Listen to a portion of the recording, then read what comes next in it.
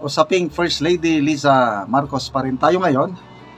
Mayroong post tong ABS-CBN News 2 hours ago.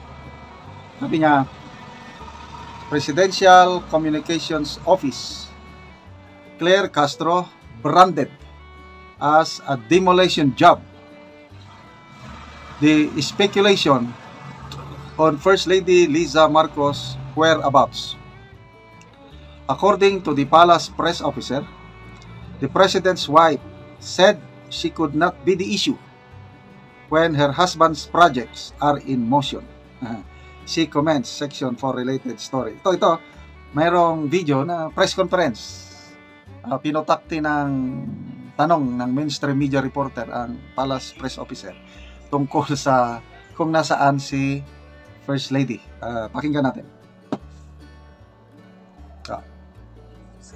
Napakabing nakikita video of her that she's back and kung nasaan po siya. And if she's concerned about the First Lady, you said. Napakabing nakikitang video of her that she's back. And pati mainstream media, wala pa kaming nakikitang video. We are concerned of her. Which is very good.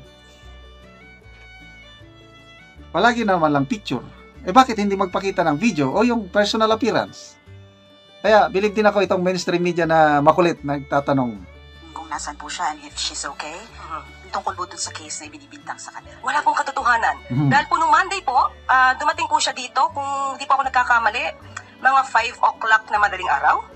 Dahil po, meron po siyang sinansaming video sa amin po, na supposed to be na makakamit niya na pagdating po niya, 5:58 po ang nakaregister po sa akin na oras na aga nga po she's back.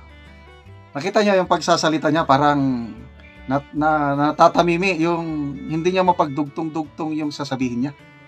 Ulitin natin And ready for na pagdating po niya, 5:58 po ang nakaregister po sa akin na oras na aga nga po she's back.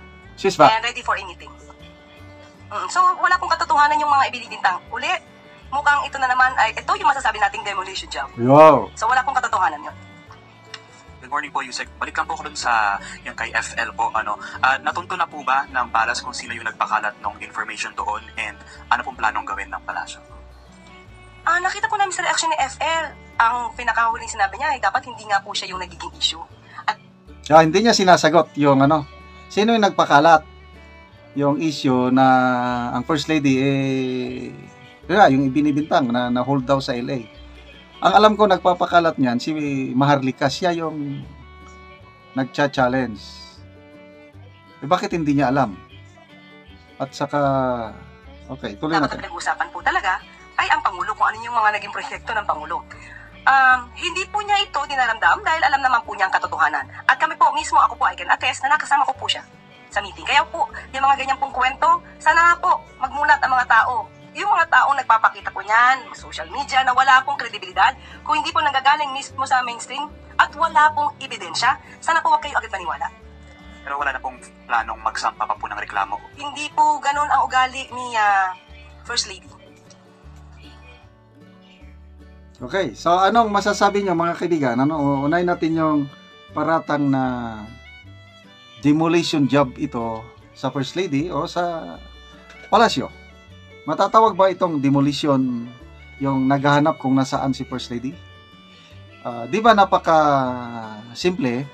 Ang solusyon lang nito para matapos na ang issue is magpakita na ng personal si First Lady. Kasi dumating siya March 11. Bakit hindi man lang magpakita? Hindi ko maintindihan Napakasimple. Kaya hindi mo masisi ang taong bayan na yun na, nag-speculate kung ano-ano na lang ang naisip. Magbasa tayo sa mga people who reacted. 9,300 people who reacted. Nako, 6,700 ang tumatawa, 1,500 ang galit. These are negative reactions. So that's 8,200. Ang nag-like lang is 865. Yun lang, naniwala sa paliwanag ng Yusek Castro na she's back. Nakasama ko siya sa meeting. So salamat itong ganitong people who reacted dahil nakikita natin ang damdamin ng taong bayan. Vicente Mahinay. As I've said, Filipino community in Los Angeles knows the truth. Maverick Cruz. 3 months pa yun kung makalabas or hindi. Antayin pa ang resulta sa autopsy. Pag positive, parehas sila lahat. Bad karma. Another lock profile, NBI, pasok. Azel Redoble. Action speaks louder than words. Laugh emoji. As your body language, your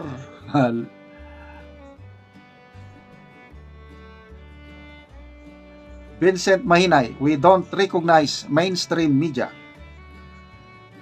Rodel Sims, show her in public, live na naa sa Pilipinas ground, dili poro denial. Simple lang, Nora Rans, simple lang, mag-live press conference po siya to show to the public that she is telling the truth. Yan, show us proof. Lisa Marcos is here. Pinapahirapan niyo ang sarili niya, bakit hindi niyo ipakita? Ano ba, may tinatago? I don't know. Mga kaibigan, salamat sa inyong panonood. Nakakatulong kayo ng malaki sa Tribong Talandig dahil ang income sa channel na ito ay tinutulong natin sa tribo. Namimigay tayo ng yero at pako sa kanila para ma-repair ang sira-sira nilang bahay or makapagpatayo sila ng bagong bahay. Panoorin nyo ang video na ito. Tadong gawon, huwag mo na nga balay ang among bisitaon. Huwag naa si ate sa sulod. Huwag ato siyang istoryahon. Ayo! Maing buntag. Oo, dahil ko sa inyong balay. Oo. So, mauna ni ang ilang balay. Nagaulanan na gyud ni siya. O mga luag na gyud ang bangag. So pila na ni siya katuig nga inyong balay? 30 na katuig. So dugay-dugay na gyud. So mauna ni kay dagkoon sa bangag sa ilangero. So 30 na katuig. So dugay na gyud. So gatulo na gyud ni. Gaulanan na. Kusog na kaayo ang tulo kung mag-ulan. So kuan kanang pila man mo diri gapuyo? Tulo ka pamilya. Tulo mo ka pamilya ani nga gapuyo. Oh. Kuan gyud kanang kay kuan naman mo karon nga nakita naman gyud namo nga tulo naman pud di ka balay unya tulo mo ka buok ani nga pamilya nga gapuyo. So asa man karon ang kuan ninyo ang inyong mga kuan ani nga gapuyo ang inyong kaluon? Nagtrabaho na sila. So ikaw karon ang nabilin. Karon nga makita na bitaw nga kanang galuon ra man gyud mo. Sa unsa man nga balay sa imong mama sa imong igsuon or imong ugangan galuon ra mo din ani. Dayon katuluan na pud ang imong ugangan ang balay mauna ni siya. So karon manguha na mo og kahoy. Og kanang round timber kay naa na mi didto lansang pako Vincent nga mahatag sa inyo ha. Karon kakuha naman akong bana og kaanggahad. Gakuha na karon siya tukod. Oo. Mag-ready na mo. Naa may tukod duha ka. Naa na may tukod nga duha ka buok. Oo, sige, mas maayo nga mag-prepare na mo. Kay ang kining imong ugangan pod, matagaan pod ni siya og gero. Kamo kay galuon raman mo, so magtukod na mo. Ang imong ugangan ni isdan ang kuan atupan diri. Oo, kay imong ugangan tanawan ni iyang balay na diri mo galuon dahil tulo na siya nga balay sumo na ni ang ilang balay gyud nga. Tulo na gid kayo. 30 na ni katuig. Kani mao lang ni isdan. Ilisdan ra ning atop ani. Oo, tanggalon ra ni siya. Wala naman siya. Ah, sige. So matagaan ni so duha mo ka pamilya ang matagaan. Oo, sige, salamat. Kani dito man ni. Oo, sige. Dan ya. Oo, sige, salamat.